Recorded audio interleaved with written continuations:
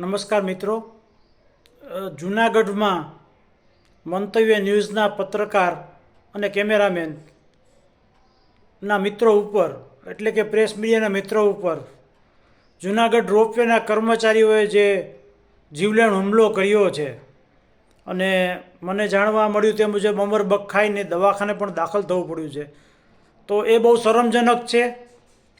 Rajkot weekly press media એસોસિએશનના સ્થાપક trustee દરજ્જે અને સ્ટ્રીટ ન્યૂઝના તંત્રી અને સિનિયર પત્રકાર તરીકે હું આ ઘટનાનો નિંદા કરું છું અને દરેક પ્રેસ મીડિયા એસોસિએશનના સભ્યોને વિનંતી કરું છું કે જૂનાગઢ રોપવેના આવા 5 કર્મચારીઓને કડકમાં કડક સજા થાય એના માટે પોલીસ અને કલેક્ટરને બધા જ પ્રેસ મીડિયાના મિત્રો આવેદન પણ આપે.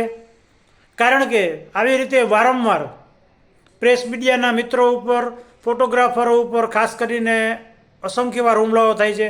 ફોટોગ્રાફર જ્યારે પણ સત્યને કેમેરામાં કંડારવાનો પ્રયત્ન કરે છે ત્યારે ગુજરાતમાં આવા આપણી ચૂંટાયેલી સરકાર જાણે સૂતી હોય અને પ્રેસ મીડિયાને કોઈ રક્ષણ કરવાનું ના હોય એમ આવા ધણીધોરી વગરના લુખાઓ, આવારા તત્વો અને આ કેસમાં જૂનાગઢમાં તો મંતવ્ય ન્યૂઝના કર્મચારી ઉપર, અમર બખાઈ ઉપર રોપવેના કર્મચારીઓએ હુમલો કર્યો છે. અત્યાર સુધી સામાન્ય રીતે સોસાયટીઓના લુખાઓ કે જેમને ફોટોગ્રાફરો કે પત્રકારો સાથે કંઈક સમસ્યા આવતી હોય, એમનું કંઈ ઉઘાડું પડી જતું હોય, અનૈતિક કામ, એવા લોકો હુમલો કરતા.